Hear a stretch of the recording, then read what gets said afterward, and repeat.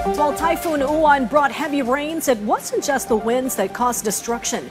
In many areas, including Kalumpit and Hagonoy in Bulacan, the floods continue to make survival a daily challenge. Our Isaiah Mirafuentes provides us the story. During the heavy rains brought by Typhoon Uwan, poor Marisa was accidentally bitten by a cat. But getting to the hospital was a huge challenge for her, as most parts of Kalumpit, Bulacan lay under deep floodwaters. Even her own home was not spared. May tubig po sa loob. Hindi na may CR po kami, lubog na po. Tapos yung bahay namin po na sa bahay, yung kasi kahoy lang po yun, nabubulok na po. The flooding in Kalumpit rose to chest deep in some areas. According to residents, even without a storm, their town is often flooded, mainly due to high tide. Gusto po namin sana ma-evacuate dahil po hanggang singit na namin ito.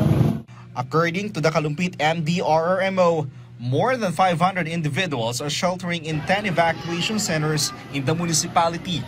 Inside the centers, evacuees have laid down their beds on the cold floors.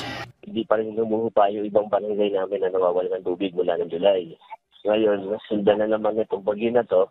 Bali, expected na namin po at dahil catch basin kami, lahat ng tubig na binababa sa upper, sa kakabundukan, at patuloy pa rin po kasi nag-release ng tubig yung Angat Dam, saka yung Ipo Dam. Dito po sa amin lahat bagsak nun eh. Kaya medyo matatagalan po yung paghupa ng tubig. To make matter worse, water levels in Kalumpit are expected to rise even further, and authorities estimate it could take up to 5 months before the floods fully recede. There is also an extraordinary but not surprising sight in Hagonoy, Bulacan, where a cemetery is completely submerged in flood waters. According to residents, water levels in the cemetery reach up to the waist, forcing some families to transfer their loved ones' remains to other cemeteries.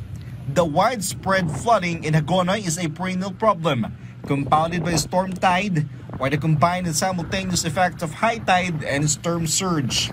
Based on the list released by the DPWH, Bulacan has the most number of flood control projects in the country.